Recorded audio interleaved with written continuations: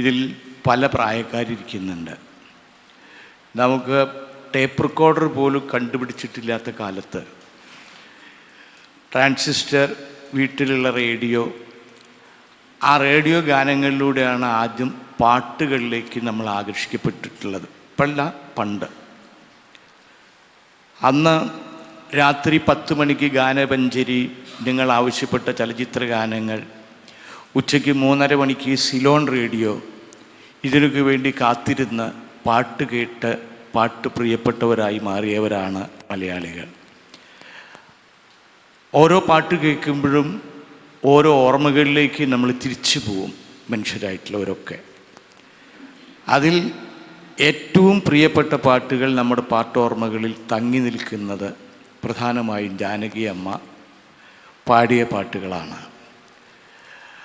ഞാൻ ഇവിടെ നമ്മുടെ സെക്രട്ടറി TR അജയൻ പറഞ്ഞതുപോലെ അത് ഓർത്തെടുക്കാൻ തന്നെ പറ്റില്ല അവർ പാടിയിട്ടുള്ള പാട്ടുകൾ.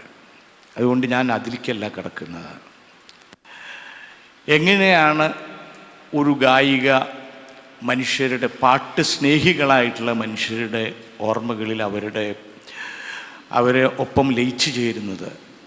പാട്ട് മാത്രമല്ല, ഇവിടെ സൂചിപ്പിച്ചതുപോലെ മൃദുല നിർമ്മലമായ അവരുടെ സ്വഭാവവിശേഷം. ഇത്ര നിർമ്മലമായ സ്വഭാവമുള്ള ഒരു ഗായിക, ഇവിടെ ഞങ്ങൾ ഈ സ്വരലയ പ്രസ്ഥാനം ആരംഭിച്ചതിൻ്റെ ശേഷം മിക്കവാറും എല്ലാ ഗായികമാരും നോർത്ത് ഇന്ത്യയിലേക്കുള്ള വളരെ പ്രസിദ്ധരായിട്ടുള്ള ആശാജിയോ ലതാജിയോ ഒഴികെ ബാക്കി എല്ലാവരും നമ്മുടെ വേദികളിൽ വന്ന് പാടിയിട്ടുണ്ട്. പക്ഷെ ജാനകി അമ്മ ഞങ്ങളുടെ ഹൃദയത്തിൽ സ്പർശിച്ചതുപോലെ ഒരാളും ഞങ്ങൾ സ്പർശിച്ചിട്ടില്ല.